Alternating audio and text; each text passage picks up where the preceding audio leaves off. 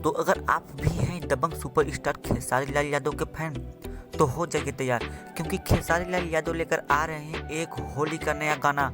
और दोस्तों, आप लोगों को अगर वो गाना सुन लोगे तो आप लोग कहोगे कि कितने अच्छे से गाना बना हुआ है। तो दोस्तों, मैं उसी गाने के बारे में आज बात करूंगा, बातचीत करेंगे।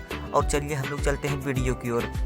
तो दोस्तों, मैं आप लोगों को बता देना चाहता हूँ कि जो खेसारी लाल हैं उनका हर गाना सुपर हिट जाता है। तो एक होली का गाना आया था, बड़ा पछताई, खेसारी लाल यादव व नेहा राज का ये गाना था। और दोस्तों, बता देना चाहता हूँ कि ये गाना अंकिता फिल्म पे अपलोड किया जाएगा और आप लोग इस गाने को देख सकते हैं। यूट्यूब पर सर्च करोगे कि बड़ा पछताई तो ये गाना सबसे नंबर 1 पर ट्रेंडिंग में करेगा। तो भाई लोग, आप लोग वहाँ से जाकर देख लेना और वीडियो को लाइक कर दीजिए।